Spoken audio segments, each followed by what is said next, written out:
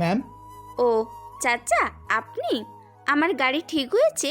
আর আপনি কখন আসলেন? আমাকে তো একবার ফোন করে জানাতে পারতেন। আমি তো রাতে এসেছি, তাছাড়া রাতে আপনি ঘুমিয়েছেন, এজন্য ডিস্টার্ব করতে চাইনি। মামুনি, আমি গাড়িটাকে ঠিক করে নিয়েছি, এখন আপনি নিজের গাড়িতে যেতে পারতেন। সেটার দরকার হবে না। আপনি নিজে নাস্তা করে নিয়েন। আমি মাহিমের গাড়িতে চলে যাচ্ছি। আর আমার যার সাথে ডিল রয়েছে সেটা হলো এই মাহিম। ওকে। মাহিম নিজের গাড়ি নিয়ে এসে বৃষ্টির সামনে থামালো। বৃষ্টির ড্রাইভার সঙ্গে কথা বলে নিয়ে গাড়িতে উঠে পড়ল। তারপর রওনা দিল হেকে দামি রেস্টুরেন্ট। হ্যাঁ ড্রাইভার বল, বৃষ্টি এখন কোথায়? গতকালের সেই ছেলেটির সাথে গেল, আর বৃষ্টি ম্যামের থেকে জানতে পারলাম যে সেই ছেলেটির সাথে আমাদের কোম্পানির ডিল আছে। ওকে, সব খবর আমাকে দিতে থাকবে। মাহিম এবং বৃষ্টি একটা দামি রেস্টুরেন্টে প্রবেশ করলো। তাদের জন্য আগে থেকে একটা ভিআইপি টেবিল বুক করা ছিল, যেটা সবার থেকে আলাদা। তারা সেখানে নাস্তা করলো। নাস্তা শেষে তারা সেখানে বসে নিজেদের কাগজপাতি বের করলো। সব কিছু দেখা হয়ে গেলে তার নিজেদের মাঝে ডিল ফাইনাল করে নিল। আমি ভাবতে পারিনি যে আমাদের কাজ এত সহজে হয়ে যাবে। আমাদের কাছে এত সহজ হয়ে গেলে তো কি আর করার। এখন আমরা সারাদিন একটু ঘোরাঘুরি করি। আচ্ছা ঠিক আছে, আমি আগে আমার বাড়ির সাথে কথা বলে নিই যে আমার ডিলটা ফাইনাল হয়ে গেছে। ওকে, তুমি তোমার বাড়ির সাথে কথা বলে নাও, আমি আমার বসের সাথে কথা বলে নিই। বৃষ্টি তার চাচুর কাছে ফোন দিল। তার চাচু অফিসে বসে কাজ করতেছিল। বৃষ্টির ফোন পেয়ে সে সাথে সাথেই রিসিভ করলো।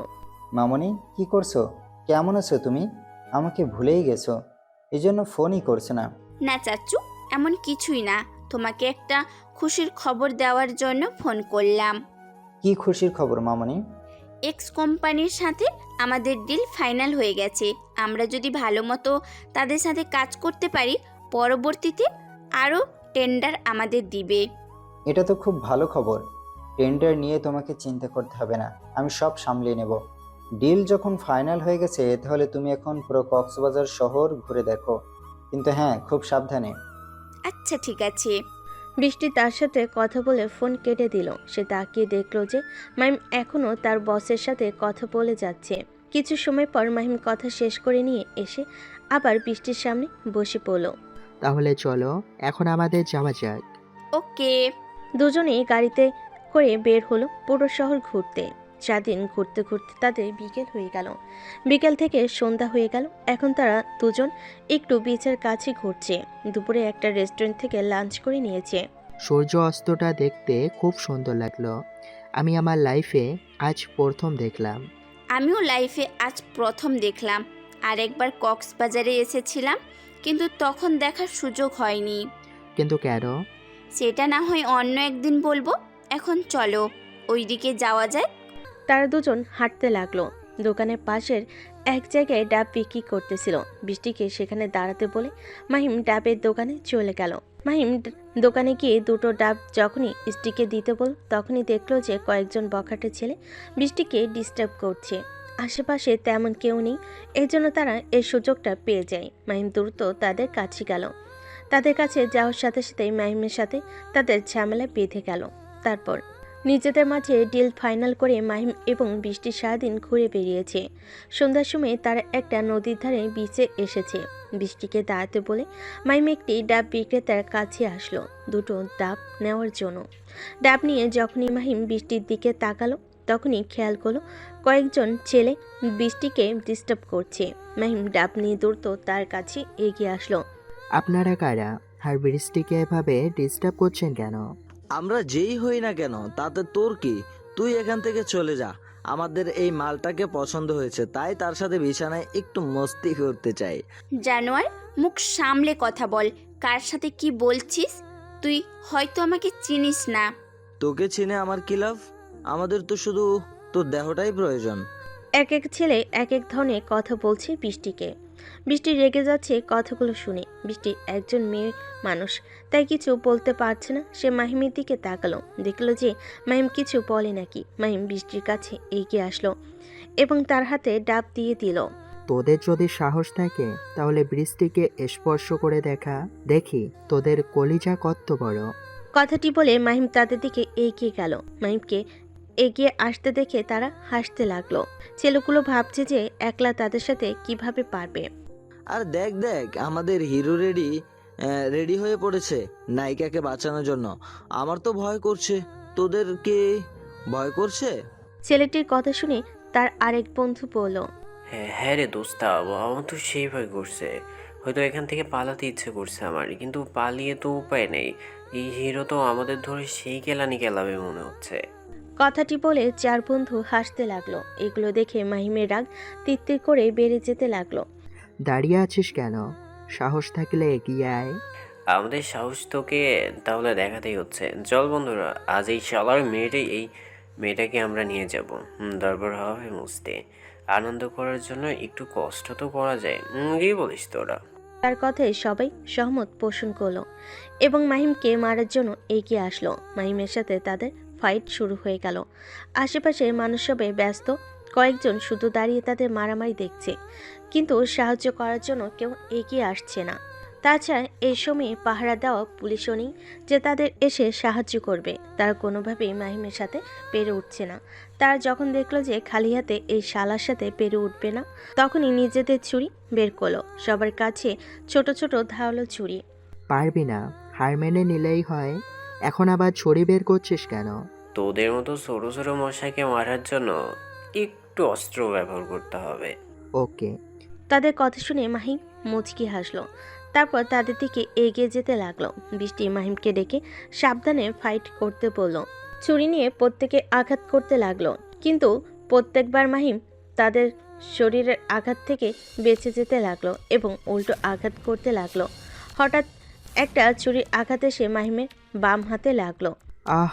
মাহিম একটু চিৎকার করে উঠল, কিন্তু সেটা নিজের আমলে নিল না। বৃষ্টি মাহিমকে ডেকে উঠল, কিন্তু মাহিম তার উত্তর না দিয়ে নিজে খুব কঠিনভাবে তাদের মারতে লাগলো। একসময় তারা মাটিতে পড়ে গড়াগড়ি খেতে লাগলো। ছেলেগুলোর কথা ছিল বৃষ্টিকে স্পর্শ করবে, কিন্তু সেই সুযোগ তারা পায়নি, কারণ মাহিমকে মারতে গিয়ে তাদের অবস্থা টাইট হয়ে গেছে। তাহলে তারা সেই সুযোগ পাবে কিভাবে যে বৃষ্টিকে স্পর্শ করবে? তাদের মার হলেই বৃষ্টি দ্রুত মাহিমের কাছে এগিয়ে আসলো এবং সাথে সাথে হাত চেপে ধরলো, কারণ অনেক ব্লিডিং হচ্ছে।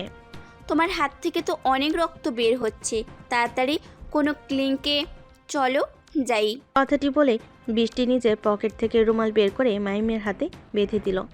সেটা দরকার হবে না বৃষ্টি, সামান্য আঘাত লেগেছে, গিয়ে একটু ব্যান্ডেজ করে নিলে হয়ে যাবে। আমি তোমার কথা একটুও শুনতে চাই না। আমার জন্য তোমার এই আঘাত লেগেছে, তাহলে এখন আমার কথা শুনতে হবে এবং ডাক্তারের কাছে গিয়ে চিকিৎসা করিয়ে নিতে হবে। মাহিম বৃষ্টিকে অনেকভাবে বোঝানোর চেষ্টা করলো যে রিসোর্টে গিয়ে একটু ব্যান্ডেজ করে নিলে হয়ে যাবে, কিন্তু বৃষ্টি কোনোভাবে সেটা বুঝতে চাইলো না। তাকে জোর করে গাড়িতে নিয়ে এসে বসালো এবং নিজে ড্রাইভ করে ক্লিনিকের উদ্দেশ্যে রওনা দিল। বেশ কিছুক্ষণ পর তারা একটি ক্লিনিকে চলে আসলো। বৃষ্টি বাইরে সেই ক্লিনিকের ভিতর প্রবেশ করলো মাহিমকে নিয়ে। একটা নার্সকে ডাক দিল বৃষ্টি এবং মাহিমের হাত কেটে যাওয়ার কথা বলল। নার্সটি তাদের দুজনকে নিয়ে একটি কেবিনে বসালো এবং মাহিমের শার্ট খুলতে বলল, কিন্তু মাহিমের তো খুব লজ্জা লাগতেছিল, এই জন্য সে বৃষ্টির দিকে তাকালো। আরে সমস্যা কি? শার্ট খুলতে বলেছে, অন্য কিছু তো আর না। তাড়াতাড়ি শার্ট খোলো এবং সেখানে ব্যান্ডেজ করিয়ে নাও, না হলে আরও অনেক রক্ত ঝরবে। বৃষ্টির কথা শুনে মাহিম চোখ বড় বড় করে তাকালো। দুটো মেয়ের সামনে নিজের শার্ট খুলবে, এটা ভাবতেই মাহিমের কেমন যেন লাগতে লাগলো, কিন্তু বৃষ্টি চোখ গরম করা দেখে কেন যেন নিষেধ করতে পারলো না। এক এক করে বোতাম খুলতে লাগলো। শার্ট খুলে পাশে রেখে দিল। ভিতরে গেঞ্জি থাকার জন্য তেমন একটা সমস্যা হচ্ছে না। একভাবে মাহিমের বডির দিকে তাকিয়ে আছে। এটা দেখে বৃষ্টি বলল, আপনি কি এইভাবে তাকিয়ে থাকবেন নাকি রোগীকে ব্যান্ডেজ করে দিবেন, কোনটা? হুম। বৃষ্টির এমন কথা শুনে নার্স নিজের নজর অন্যদিকে নিল এবং ব্যান্ডেজ করা জিনিসপত্র নিয়ে প্রথমে মাহিমের হাত ক্লিন করে নিল, তারপর সুন্দর করে ব্যান্ডেজ করে দিল। এরপর কিছু ব্যথার ওষুধ লিখে দিল। ম্যাম, এই ওষুধগুলো রাতে খাইয়ে দিবেন, তাহলে ঠিক হয়ে যাবে, আর কোনো সমস্যা হবে না আশা করছি। বৃষ্টি কাগজ নিয়ে নিল তার হাত থেকে এবং মাহিম শার্ট পরে বাইরে দাঁড়াতেই বলল। মাহিম শার্ট পরে বোতাম লাগাতে লাগাতে বাইরে চলে আসলো। বৃষ্টি এবার নার্সকে ডেকে বলতে লাগলো, সুন্দর ছেলে দেখলেই এভাবে ড্যাব ড্যাব করে তাকিয়ে থাকেন না কি আপনি? আপনি নার্স হয়ে যদি নিজের নজর ঠিক না রাখতে পারেন তাহলে কিভাবে হয় বলেন? বৃষ্টির কথা শুনে নার্স প্রচণ্ড লজ্জা পেল। তারপর বৃষ্টিকে বলল, আসলে ম্যাম, আপনার হাজবেন্ড অনেক সুন্দর এবং হ্যান্ডসাম, এই জন্য আর কি। নার্সের কথা শুনে বৃষ্টি কিছুটা লজ্জা পেল, কারণ সে তো জানে মাহিমা ওর হাজবেন্ড নয়। তবু কিছু না বলে বাইরে চলে আসলো। বাইরে থেকে ওষুধ নিয়ে মাহিমের সাথে রওনা দিল রিসোর্টের উদ্দেশ্যে। রিসোর্টে পৌঁছে মাহিমকে মাহিমের রুমে নিয়ে আসলো। এরপর ফোন করে ডিনার অর্ডার করলো। দুজন একসাথে খাওয়া দাওয়া করলো এবং মাহিমকে তার ওষুধ দিল খেয়ে নিতে। মাহিম ভদ্র ছেলের মতো বৃষ্টির কথা শুনলো। ধন্যবাদ আমাকে এত সাহায্য করার জন্য। ধন্যবাদ দেওয়ার কি আছে? এই আঘাত তো আমার জন্যই লেগেছে, তাই এটা আমার কর্তব্য। এখন তুমি রেস্ট নাও, আমি আমার রুমে যাচ্ছি। আর যদি কোনো দরকার হয় তাহলে ফোন কল করো। এটা বলে বৃষ্টি চলে গেল। মাহিম চোখ বন্ধ করে বিছানার উপর শুয়ে রইল। তারপর অন্ধকার রাস্তায় বাইক নিয়ে দ্রুত গতিতে ছুটছে একটি ছেলে। ছেলেটি আর কেউ নয়, সে হলো সেন্ট মার্টিন সি বিচের একটি দ্বীপ। সেটা হলো সেরার দ্বীপ, তার নিকটতম একটি অঞ্চল যার নাম জিঞ্জিরা এলাকা। ভূতের এলাকার জন্য খুবই বিখ্যাত। সাধারণ মানুষ এখানে আসতে ভয় পায়, আর রাতের বেলা তো আরও নয়। সেই দ্বীপে নৌকায় করে কিছু মানুষ অপেক্ষা করছে এবং তার থেকে কিছুটা দূরে জিঞ্জিরা নামক দ্বীপে আরও একটি নৌকা আছে। সেটায় কয়েকজন লোক এবং কয়েকজন মেয়ে আছে যাদের গায়ে সাদা পোশাক রয়েছে এবং মুখে ভূতের মতো আঁকাউকি করা। তাদের দেখে মনে হচ্ছে একদম আসল ভূত, আর এটার ভয়ে এই এলাকায় কেউ আসতে চায় না। রাতের অন্ধকারে বাইক নিয়ে ছুটে চলেছে এক ছেলে, যার গায়ে সাধারণ কোট পরা এবং মুখে মাস্ক, যাতে কেউ তাকে না চিনে। ছেলেটি এসে সেন্ট মার্টিন এলাকায় চলে আসলো। এই দ্বীপের পাশে অনেকগুলো নৌকা দাঁড় করানো আছে। সে গিয়ে একটি নৌকায় উঠে পড়ল। সে ওঠার সাথে সাথেই নৌকা চলতে শুরু করলো। লোকটি দাঁড়িয়ে আছে এবং আশেপাশে দেখতে লাগলো। খুব তাড়াতাড়ি তার সেই ভুতুরে এলাকার কাছে চলে আসলো। আচ্ছা, আমি শুনেছি যে এই সামনেই ভুতুড়ে এলাকা, তাহলে তোমার ভয় করছে না? ছেলেটির কথা শুনে যে নৌকা চালাতেছিল সে খুব জোরে হেসে ফেল। তার হাসি শুনে ছেলেটি বুঝতে পারল না যে তার কথা শুনে এত হাসার কি আছে। কি হলো, তুমি হাসছো কেন? আমি কি ভুল কথা বলেছি?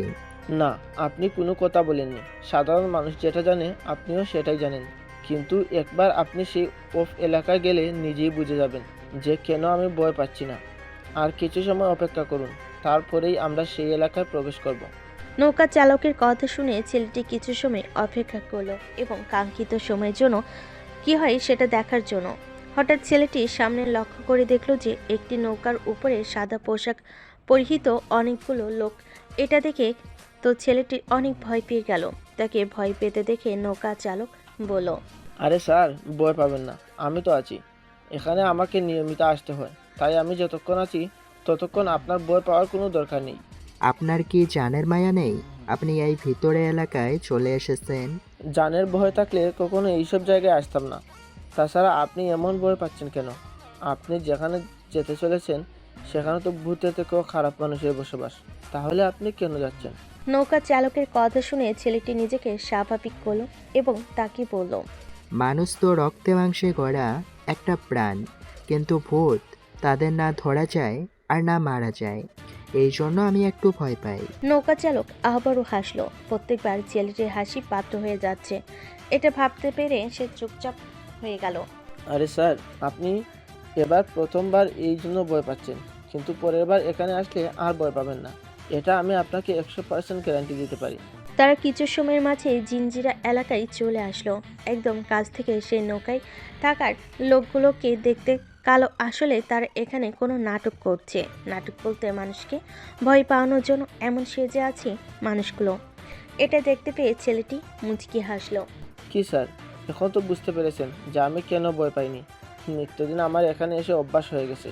তাছাড়া আমি তো জানি যে এরা আসলে মানুষ। এই আশেপাশে যেন কেউ আসতে না পারে তার জন্য এরা সবাই এখানে ভূত পেতনি নাটক করে, যাতে বয়ে এই এলাকায় কেউ আসতে না পারে।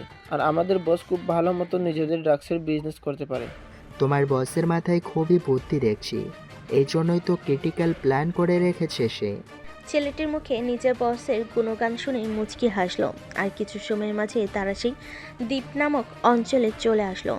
নৌকা থেমে গেলে সেই ছেলেটি নৌকা থেকে নামলো। নৌকা থেকে নামার সাথে সাথে সেখানে অদ্ভুত ধরনের মোটর গাড়ি এসে হাজির হলো। ছেলেটিকে ইশারা দেওয়ার সাথে সাথে সেই গাড়িতে উঠে পড়লো। গাড়িটি খুব দ্রুত চলতে লাগলো। আধা ঘন্টা পর তারা খুব গভীরে চলে আসলো দ্বীপের। আশেপাশে শুধু গাছগাছালি। আরও কিছু দূর আসার পর তার আশেপাশে দামি রাইফেল হাতে লোককে দাঁড়িয়ে থাকতে দেখলো। ছেলেটি বুঝে গেল যে সে নিজের কাঙ্ক্ষিত জায়গায় চলে এসেছে। এই দ্বীপের আসল বস আলতাফ নিজের রুমে বসে সিগারেট জাতীয় কিছু খেতেছিল। এমন সময় তার সেই ডান হাত কাজের ছেলেটি এসে পড়ল। বস, যেই লোকের আসার কথা ছিল সেই লোকটি আমাদের মাঝে চলে এসেছে। আপনি যদি অনুমতি দেন তাহলে আমরা কি তাকে এখানে নিয়ে আসতে পারি? ঠিক আছে, আগে চেক করে নিবি, তারপর আমার কাছে আসবি। বসের অনুমতি পেয়ে সে সেখান থেকে চলে গেল। আর বস হুকা টানতে লাগলো। তোকে যাওয়ার অনুমতি দিয়েছে আমাদের বস, এখন আমার সাথে চল। মিকি নামক লোকটির কথা শুনে সেই ছেলেটি তার পিছন পিছন যেতে লাগলো। রুমে প্রবেশ করার আগে দুজন ভালো মতন চেক করতে লাগলো। চেক করে কোমরের কাছে একটা বন্দুক পেল। কি হলো, তোর কাছে বন্দুক কেন? ভিতরে চল আমার সাথে, তারপর বস দেখে নেবে তোর কি করা যায়। মিকি ছেলেটিকে নিয়ে ভিতরে প্রবেশ করলো। আলতাফ সামনে তাকিয়ে দেখলো যে মিকির সাথে নতুন একটি ছেলে, যে বুঝে গেল এটা তার নতুন খরিদ্দার। নিজের হুক্কা ভালো করে বসলো। বস, এই ছেলেটির কাছে আমরা বন্দুক পেয়েছি, এখানে বন্দুক সাথে করে নিয়ে এসেছে। কে তুই এখানে বন্দুক নিয়ে এসেছিস কেন? কি যে বলেন আপনি? এইসব লাইনে থাকলে কাছে বন্দুক থাকবে না তো ফুল থাকবে নাকি? সেটা ঠিক কথা বলছিস, তুই কিন্তু আমাদের সাথে বাড়ির লোকের কাছে বন্দুক পেলাম না। প্রথমবার এসেছিস বলে কিছু বললাম না, পরের বার থেকে যেন আর বন্দুক সাথে না নিয়ে আসা হয়। পরের বার আর আসার প্রয়োজন হবে না। আমি তো এবারই এখান থেকে সব কিছু ধ্বংস করার চেষ্টা করছি। ছেলেটি এটা বিড়বিড় করে বলল, যেটা আলতাফ কিংবা মিকি কারো কানে পৌঁছালো না। আচ্ছা, তোকে তো এই লাইনে কখনো দেখিনি, তুই কি এই লাইনে নতুন? আমি এই লাইনে নতুন হতে যাব কেন? আমি তো এই লাইনে অনেক আগে থেকে আছি, শুধু আপনার কাছে নতুন এই জন্য। কিন্তু ও কম বেশি পরিচিত হবে সবার সাথে, পরিচিত আছে, তবে তোকে কোথাও আমি দেখিনি। তোর মুখের মাস্কটা খুলতো। আমি আমার পরিচয় সব সময় গোপন রাখি। তাছাড়া আপনি ড্রাগসের বিজনেস করছেন, আপনি টাকা নিন আর আমাকে মাল দিন। চেহারা দেখে কি আছে? মিকি, যা মালগুলো নিয়ে আয় আর টাকাগুলো বুঝে নে। মিকি রুমের ভিতর থেকে অনেকগুলো ড্রাগস নিয়ে আসলো এবং সেগুলো ছেলেটির হাতে ধরিয়ে দিল। ছেলেটি ব্যাগ খুলে দেখতে লাগলো সবগুলো আসল কিনা। আরে, আমার কাছে আজ পর্যন্ত মাল নিয়ে কেউ ঠকেনি, আর তুইও ঠকবি না। আজকের পর থেকে আর কেউ এখানে মাল নিতেও আসবে না, আর না ঠকানোর চিন্তা করবি। মানে কি যা তা বলছিস তুই? তোর মাথা ঠিক আছে? হ্যাঁ, আমার মাথা ঠিক আছে। আজকের পর থেকে এই জায়গায় আর কেউ আসবে না। কথাটি বলে ছেলেটি নিজের কোমরে হাত দিল এবং এটা দেখে সবাই ভয় পেয়ে গেল এবং নিজেদের বন্দুক ছেলেটির দিকে তাক করলো। হঠাৎ ছেলের দ্বীপের খুব গভীরে খারাপ ঘটনা ঘটে চলেছে। এক ছেলে এসে ড্রাগস নিতে এসেই, মিকি, তাড়াতাড়ি ভিতর থেকে ড্রাগসগুলো নিয়ে আয়, আর এই ছেলে, তুই তাড়াতাড়ি টাকাগুলো বের কর। মিকি রুমের ভিতর থেকে ড্রাগস নিতে আসতে গেলে এদিকে ছেলেটি টেবিলের উপর অ্যাটাচি রেখে ওটা খুলে টাকাগুলো এক এক করে বের করে টেবিলের উপর রাখতে লাগলো। হঠাৎ ছেলেটি একটি দামি বন্দুক বের করলো, যেটা আলতাফের দিকে তাক করলো। এটা দেখে সবাই ভরকে গেল। এই তুই কি করছিস? তোর সাহস তো কম না, আমার এলাকায় এসে আবার আমার দিকে বন্দুক তাক করেছিস।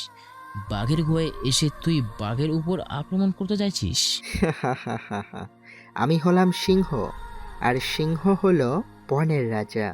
সে যেখানেই যাক না কেন সে রাজাই থাকে, বা কিংবা অন্য যে কোনো প্রাণী বলিস না কেন, সিংহের সামনে মাথা নত করতে হয়।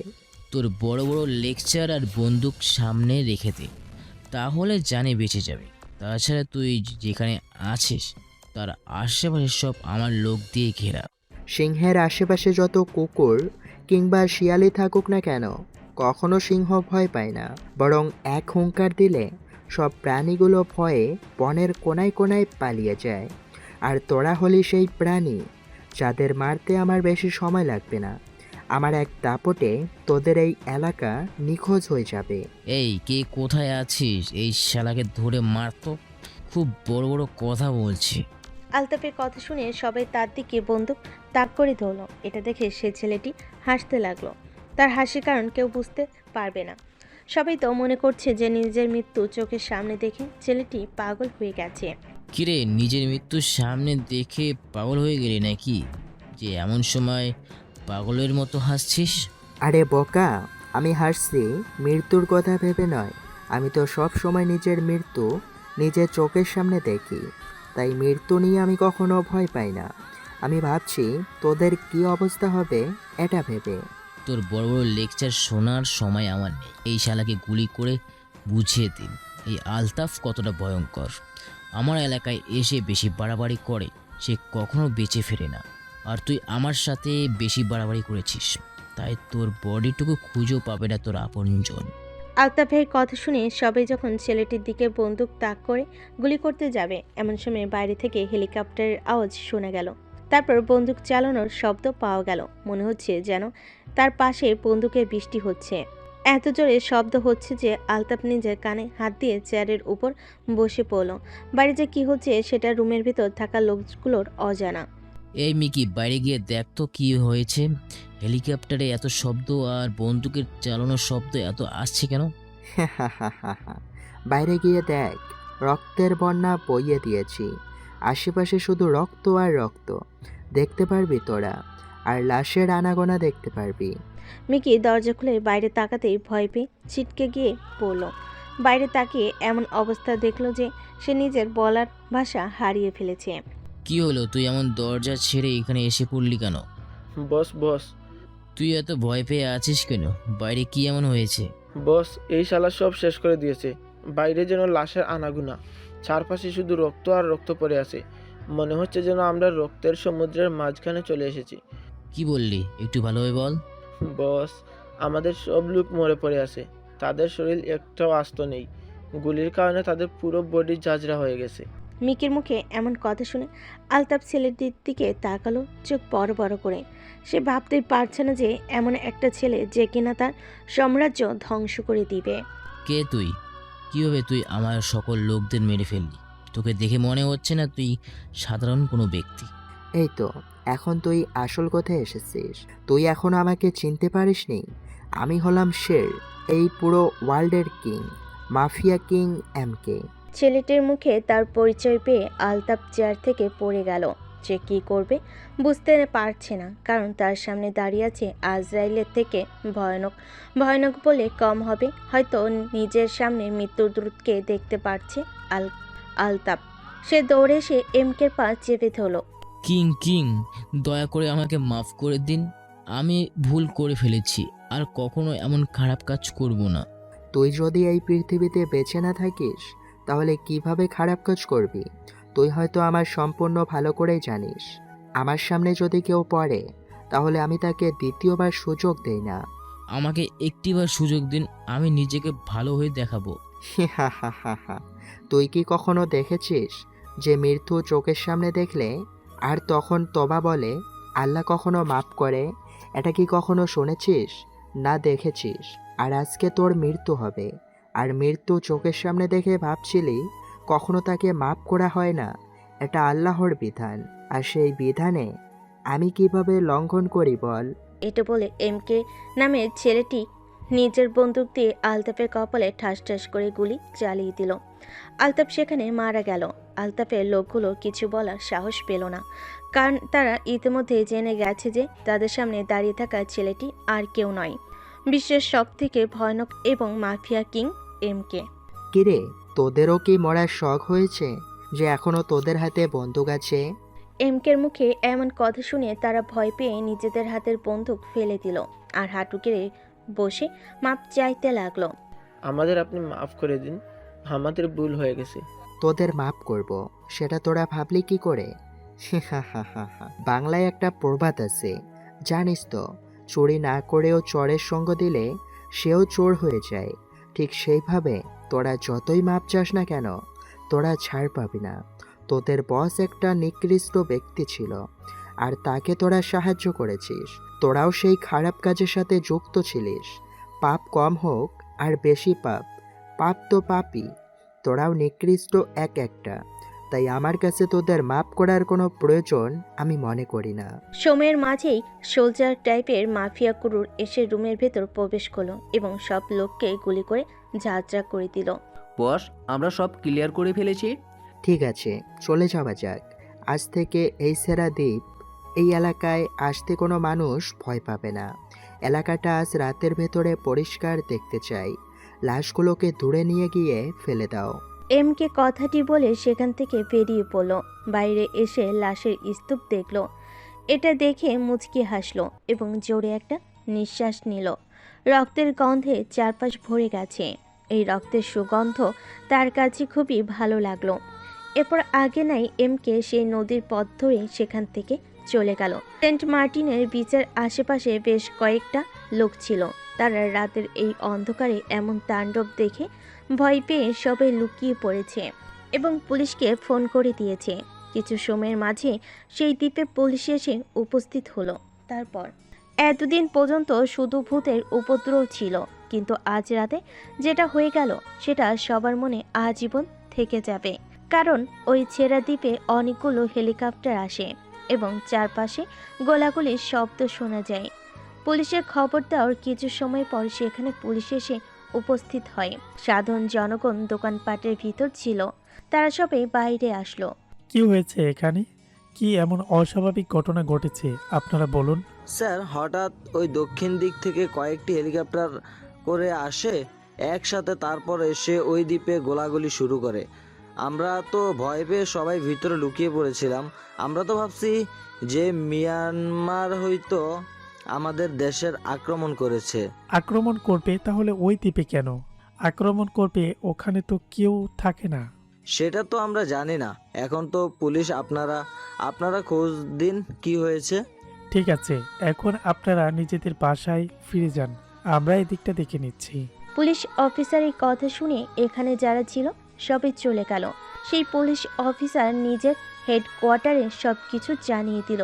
কোয়ার্টার থেকে সেনাবাহিনীর হেডকোয়ার্টারে কল চলে গেল। তারপর গাড়ি গাড়ি সেনাবাহিনী ওই দ্বীপের দিকে আসতে লাগলো। ভোর 4টার দিকে বৃষ্টির ঘুম ভেঙে গেল। তখনই তার মাহিমের কথা মনে পড়ে গেল। মাহিমের জ্বর আসতে পারে এটা ভেবে সে তাড়াতাড়ি নিজের বিছানা থেকে উঠে ঘুম থেকে বেরিয়ে মাহিমের রুমে চলে আসলো। রুমের লাইট জ্বালিয়ে বিছানার দিকে তাকিয়ে অবাক হয়ে গেল, কারণ সেখানে ছিল না মাহিম। কিন্তু রুম থেকে বের হবার আগে মাহিম এখানেই ঘুমিয়েছিল।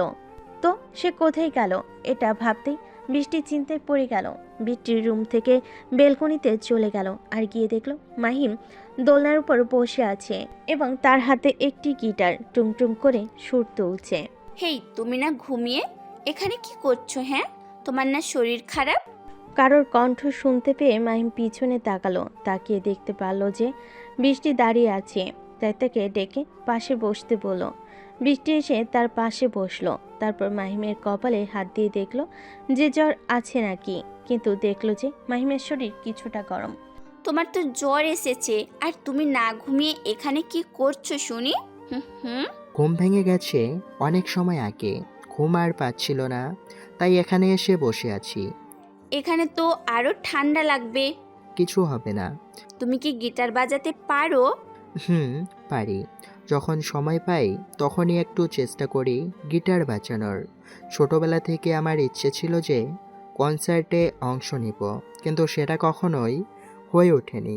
আচ্ছা, সবার তো সব ইচ্ছে পূরণ হয় না, সেটা কোনো ব্যাপার না। তুমি এখন আমাকে একটা সুন্দর গান গিয়ে শোনাও তো। আচ্ছা, গিটারে সুর তুলে নেই। মাহিম টুংটুং করে গিটারে সুর তুলতে লাগলো। তারপর বন্ধু তুমি ভালো, তুমি তো চাঁদের আলো, আমি মনে হয় বামন হয়ে চাঁদে হাত বাড়াই, চলছে যাবো জানি, মানছে না মন খানি, পাবো না জেনেও মিছি মিছি কেন, শুধু তোমাকে চাই, শুধু তোমাকে চাই, বারবার কেন তোমার প্রেমে পড়ে যাই, এই জনমে পাই বা না পাই, পর জনমে চাই। বাকিটা ইউটিউবে শুনে নেবেন। মাহিমের গানের সুর শুনে বৃষ্টি তো অবাক হয়ে গেল, কারণ সে ভাবতে পারেনি যে মাহিমের গলা সুর এবং গিটার বাজানো এতটা সুন্দর হবে। সে তো ভিন্নভাবে মাহিমকে বাহবা দিতে লাগলো। তুমি তো অনেক সুন্দর করে গিটার বাজাতে পারো এবং গানও বলতে পারো, কিন্তু আমার মনে হচ্ছে তুমি এই গানটা কাউকে উদ্দেশ্য করে বলেছিলে। কে সেই প্রিয় ব্যক্তিটি? ওকে তুমি চাঁদের ন্যায় তুলনা করেছো এবং নিজেকে ছোট্ট বা বামন হিসেবে ধরেছো। আরে তেমন কিছুই নয়, এটা আমার খুব পছন্দের গান, তাই তোমাকে গিয়ে শোনালাম। এভাবেই তারা দুজন কথা বলতে বলতে সকাল হয়ে গেল। তারপর আমেরিকার লস এঞ্জেলের বড় একটি বিল্ডিংয়ের টপ ফ্লোরে বসে আছে ড্রাগন গ্যাংয়ের লিডার। সে নিজের ল্যাপটপে কারোর সাথে কথা বলছে। মনে হচ্ছে সে প্রচণ্ড রেগে আছে। আরে ভাই, আমি সত্যি বলছি, কে যেন আমাদের পুরো এলাকাটাকে ধ্বংস করে দিয়েছে। কার এত বড় সাহস যে আমার এতদিনের সাধনা ফল ধ্বংস করে দিয়েছে? তিলে তিলে গড়ে তোলা এলাকা, ড্রাগসের কারবার চলে, সে এলাকা ধ্বংস করে দেওয়া চারটিখানি ব্যাপার না। কেউ তো আছে যে খুব পাওয়ারফুল ব্যক্তি এবং সে এলাকা ধ্বংস করার ক্ষমতা রাখে। ড্রাগন কিং, আমার তো মনে হচ্ছে এই কাজটি মাফিয়া কিং করেছে, কারণ এই কয়েক বছর ধরে তার তাণ্ডব চলছে বাংলাদেশে। হ্যাঁ, আমি তো তার কথা শুনেছি, কিন্তু এখনো তার সাথে আমার দেখা হয়নি। কিন্তু খুব তাড়াতাড়ি মনে হচ্ছে আমার তার সাথে দেখা হবে। কিন্তু তুমি তো বাংলাদেশে নেই, তাহলে কিভাবে তার সাথে দেখা করবে? কারণ আমি খুব তাড়াতাড়ি বাংলাদেশে আসছি, অনেকদিন হলো আমেরিকাতে আসছি এবং নিজেকে এখানে সব থেকে বড় বিজনেসম্যান করে তুলছি এবং নিজের সাম্রাজ্য গড়ে তুলেছি। আর আসার দরকার নেই, আমি নিজেই তাকে খুঁজে বের করার চেষ্টা করব। সময় হলে বলে দিব। আর ছেলেটিকে জেলে পাঠিয়েছিল, তার কি খবর? এ তো এতদিনে ছাড়া পেয়ে গেছে। আর ছাড়া পেতে এখনো 2 বছর সময় লাগবে। সে যখন ছাড়া পাবে তাকে খুন করে দিবে। ড্রাগন কিং এবং জোকার কিং দুজনে কথা বলতে লাগলো। তারপর সকালে সামাদ টিভির সামনে বসেছিল। সে চা পান করছে এবং খবর দেখছে। দেখতে পেল যে কক্সবাজারের সেন্ট মার্টিনে একটি দ্বীপ কয়েকটি হেলিকপ্টার অ্যাটাক করেছে। এমনকি অনেক মানুষ মারা গেছে, শুধু রক্ত দেখা যাচ্ছে, কোনো লাশ পাওয়া যায়নি। প্রশাসন মনে করছে যে পাশের দেশ থেকে সেই আক্রমণ করা হয়েছে এবং সেই জায়গাটি ড্রাগসের কারখানা ছিল। হয়তো কোনো ভালো ব্যক্তি এই ড্রাগসের কারখানা ধ্বংস করে দিয়েছে। এটা দেখে তো সামাদ অনেকটা অবাক হয়ে গেল, কারণ এই এলাকা ধ্বংস করেছে সেটা কোনো সাধারণ এলাকা ছিল না। ড্রাগন কিং এবং জোকার কিংয়ের কয়েকটি আস্তানার ভিতরে সেটা অন্যতম ছিল। সামাদ এবার ফোন বের করে বৃষ্টিকে কল দিল। বৃষ্টি এবং মাহিম সেই সেন্ট মার্টিনের এলাকায় আছে। তারা দুজন সকালে ঘুরতে গেছে এবং জানতে পেরেছে যে রাতে এই ঘটনা ঘটেছে। নিজের চাচার ফোন পেয়ে বৃষ্টি কল রিসিভ করলো। হ্যাঁ চাচু, বলো।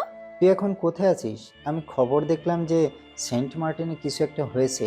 তুই তো তার আশেপাশেই আছিস, তুই ঠিক আছিস তো?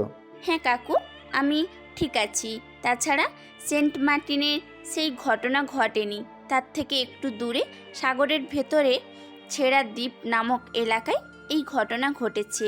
আচ্ছা, সমস্যা নেই, তুই সাবধানে থাকিস। আর তোর ডিল তো কনফার্ম হয়ে গেছে, তাই তাড়াতাড়ি ফিরে আয় ঢাকাতে। ওকে চাচু। বৃষ্টি ফোন কেটে দিয়ে মাহিমের কাছে আসলো। মাহিম তাকে জিজ্ঞেস করলো কে ফোন দিয়েছে। তার প্রতি উত্তরে মাহিমকে বলল যে তার চাচু ফোন দিয়েছিল।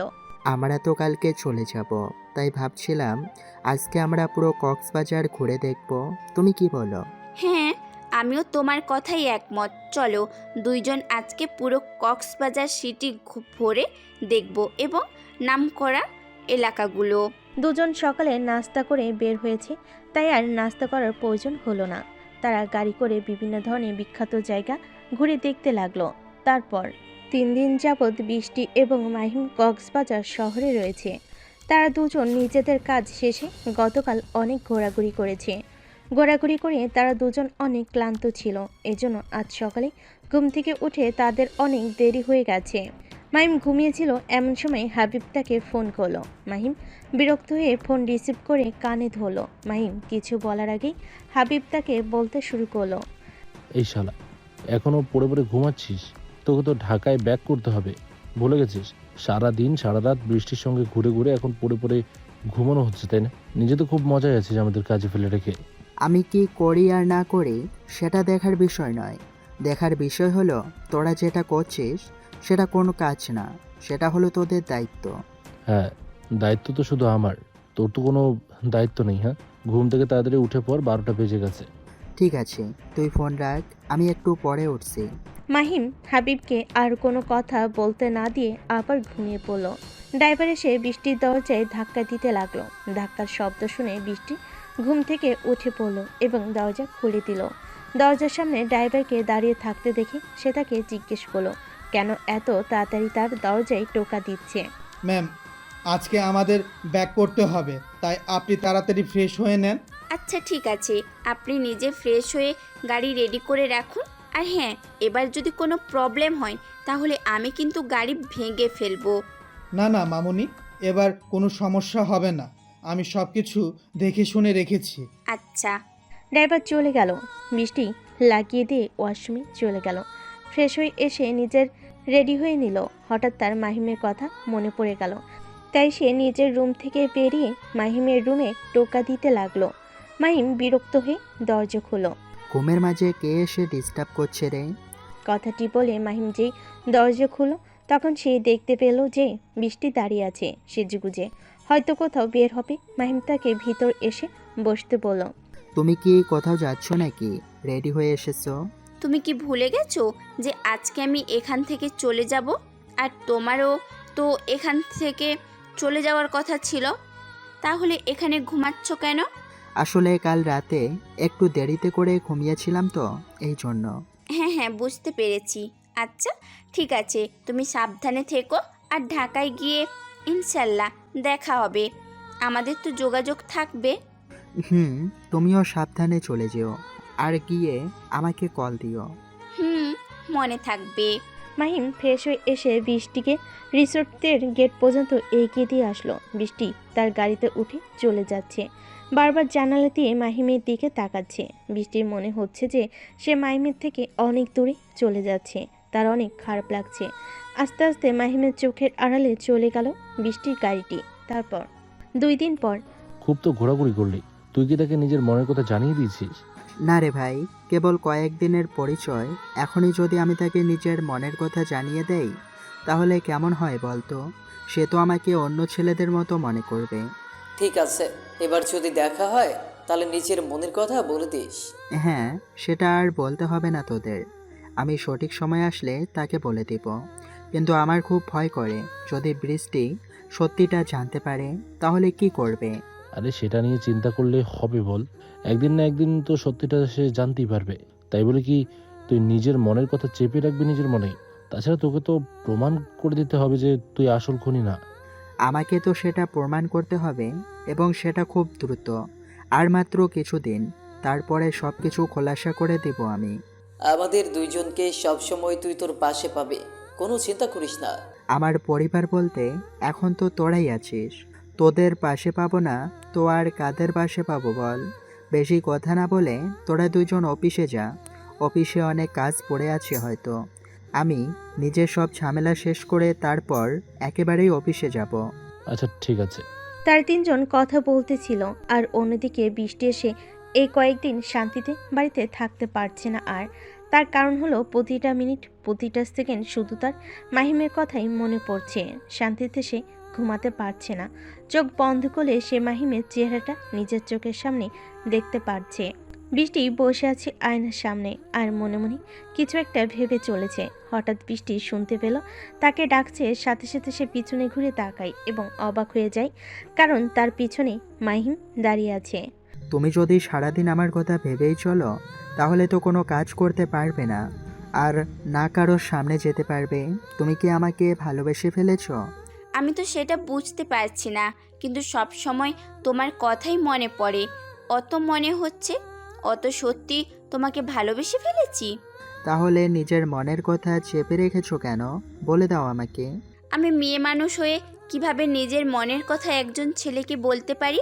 এতটা নির্লজ্জ কিভাবে হব আমি? ভালোবাসার কাছে নির্লজ্জ কেন? সব কিছুই হওয়া যায়। আমি ভাবতে পারিনি যে তোমার সাথে এই কিছুদিন থেকে এতটা প্রভাব ফেলবে আমার মনে। আগে তো কখনো এমন হয়নি। তোমার বন্ধুদের সাথেও তো অনেক ঘোরাঘুরি করেছি, তাহলে কখনো তো এমন হয়নি। কথাটি বলতে বলতে বৃষ্টি একদম মাহিমের কাছে চলে আসলো। যখনই মাহিমকে টাচ করতে যাবে এমন সময় মাহিম সেখান থেকে গায়েব হয়ে যায়। তখন বৃষ্টি বুঝতে পারে যে সে এত সময় মাহিমের ভ্রম দেখতেছিল। না, যেভাবেই হোক মাহিমের সাথে আমার দেখা করতেই হবে। এটা বলে বৃষ্টি মাহিমকে কল দিল। তারপর আমেরিকার একটি শহরে রাজকীয় বাড়িতে একটি পরিবার থাকে। পরিবারটি খুব বড়লোক, আর সেই পরিবারের ছেলে, বাবা এবং কিছু কাজের লোক থাকে, এবং সেই বাড়ির বাইরে অনেকগুলো গার্ড আছে। এই শহরের সব থেকে ধনী ব্যক্তিদের মাঝে তিনি একজন। বাড়ির ভেতরে ড্রয়িং রুম, সেই জায়গাটা বিশাল বড়। বাবা, তোমাকে একটা কথা বলার ছিল। হ্যাঁ, কি বলবে বলো। আমার কথা বলার জন্য অনুমতি নেওয়ার কি আছে? আসলে বাবা, আমি বাংলাদেশে যেতে চাই। জন্মের পর থেকে আমি একবারও বাংলাদেশে যাইনি। তাছাড়া যদি আমি বাংলাদেশে যাই তাহলে আমাদের কাজটা আরও ভালো করে করতে পারবো। তুমি কি বলো? হ্যাঁ, এটাই তুই একদম ঠিক বলেছিস। এছাড়া আমাদের একটি অঞ্চল যেটা মাফিয়া কিং এমকে নামে ধ্বংস করে দিয়েছে। তুমি কোনো চিন্তা করো না, আমি বাংলাদেশে গিয়ে সব ঝামেলা মিটমাট করে একবারে ফিরে আসবো। তুমি শুধু আমাকে যাওয়ার অনুমতি দাও। আচ্ছা, সমস্যা নেই। বাংলাদেশে আমার একজন বিজনেস পার্টনার আছে, তার বাসাতে উঠো। এখানে থাকলে তোমার জন্য কোনো সমস্যা হবে না। আচ্ছা ঠিক আছে বাবা, তুমি যেটা ভালো মনে করো সেটাই হবে। তোমার উপর আমার সম্পূর্ণ বিশ্বাস আছে। আমি আশা করছি তুমি বাংলাদেশের সমস্যাটি তুমি একেবারে মুছে ফেলবে। যদি কোনো সমস্যা হয় আমাকে বলবে কিন্তু। আমি নিজেই বাংলাদেশে যেতে চেয়েছিলাম, তো তুমি যখন নিজেই যেতে যাচ্ছ তাই আর সেখানে যাচ্ছি না। ওকে বাবা, তুমি কয়েকদিনের মাঝে ব্যবস্থা করে ফেলো। আমি এই দিনটা সামলে নিই, ততদিনে। পার্কের মাঝে একটি বেঞ্চে বসে আছে বৃষ্টি, আর ঠিক তার পাশে বসে আছে মাহিম। হঠাৎ বৃষ্টি ফোন করে দেখা করতে বলে, আর সেই সুবাদে মাহিম আর বৃষ্টি এই জায়গায় এসেছে। তাদের দুজনের মধ্যে কোনো কথা নেই।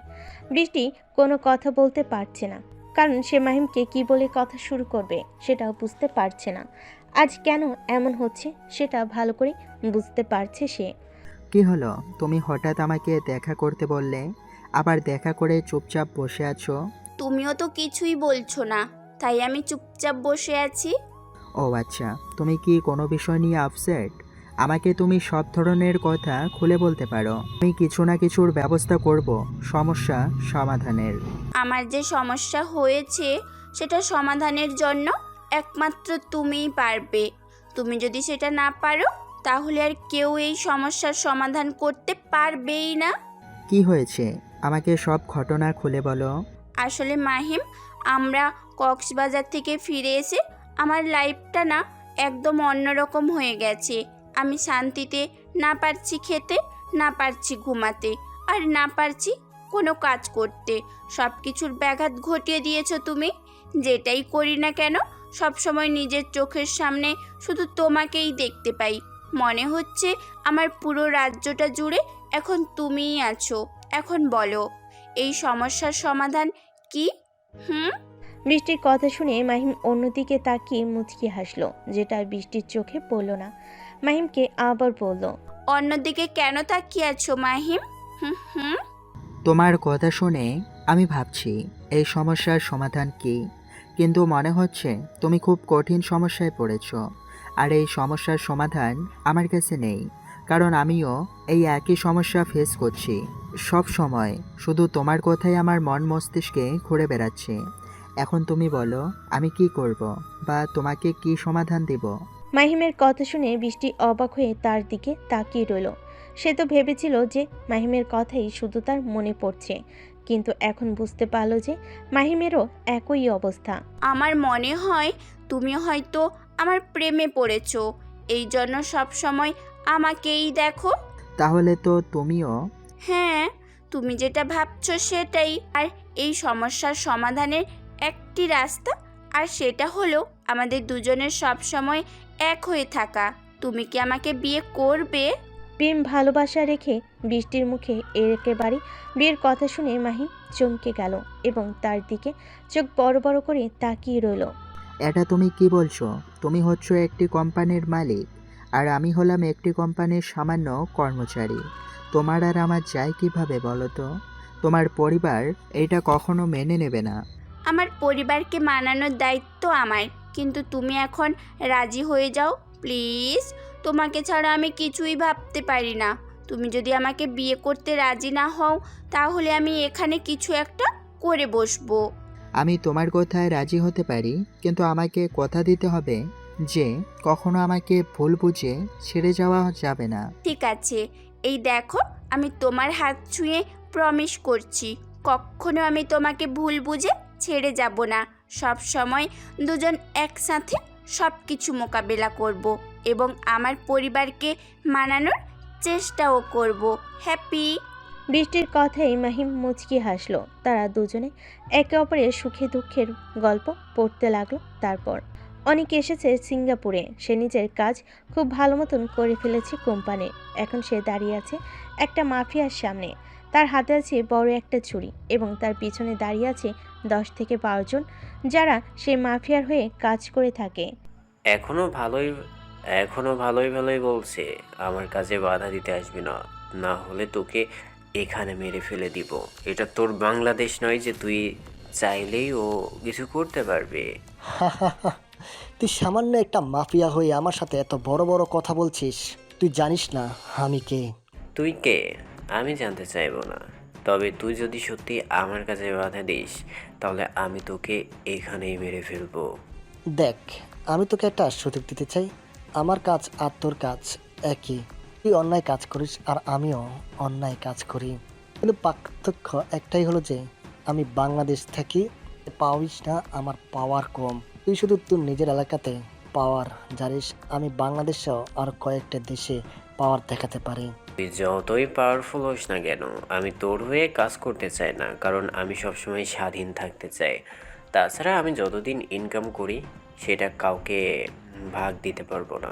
তোদের মতো ছোট ছোট মাফিয়াদের একটাই দোষ, তোরা মাস্তান হয়ে মাফিয়াদের মতো হতে চাস।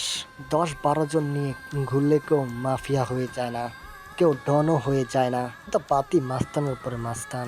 দেখ, আমি তোকে এখান থেকে চলে যেতে বলছি, তার মানে এই না যে আমাকে তুই দুর্বল ভেবে এবং বিভিন্নভাবে হেনস্থা করবি। তুই যতই বড় মাফিয়ার লোক হোস না কেন, তুই এখানে একলা আছিস, তোকে মারতে আমার 2 মিনিটও লাগবে না। তাহলে দাঁড়িয়ে আছিস কেন? আয়, মেরে যা আমাকে। অনেকের কথা শুনে সেই মাফিয়ার লোকগুলো যখনই তাকে মেরে ফেলতে আসতে যাবে, এমন সময় অনেকের পিছন থেকে 2 জন লোক বেরিয়ে আসলো। তাদের হাতে বড় 2টা রামদা। তাদের দুজনকে মানুষের থেকে কিছুটা ভিন্ন লাগছে, মানুষের থেকেও বডি একদম ভিন্ন। যা, তোদের তো খাওয়া লাগবে, কয়েকদিন ধরে তো কিছুই খাস না। তোদের জন্য এই লোকগুলো ব্যবস্থা করা হয়েছে। যা, নিজের শিকার নিজে করে ফেল। কথাটি বলে অনেক নিজের গাড়ির উপরে বসলো। এবার সেই লোক দুটো মাফিয়া আর তার লোকগুলোর দিকে এগিয়ে যেতে লাগলো। মাফিয়ার লোকজন দৌড়ে অনেকের লোকেদের মারতে আসবে, এমন সময় তারা হিংস্র হয়ে উঠল এবং নিজেদের হাতে রামদা দিয়ে কোপাতে লাগলো। তাদের দুজনের এমন হিংস্রতা দেখে অনেকে ভয় পেয়ে গেল। সেই মাফিয়াটি দৌড়ে পালাতে লাগলো। সেই লোক দুটো তাকে ধরে ফেলো, এরপর তার ঘাড় মটকে ফেলো। দুজন 2 দিকে ধরে টান মারলো, সাথে সাথে তার ঘাট থেকে মাথা ছিঁড়ে গেল। এসব দেখে অনেক খুব মজা পেতে লাগলো।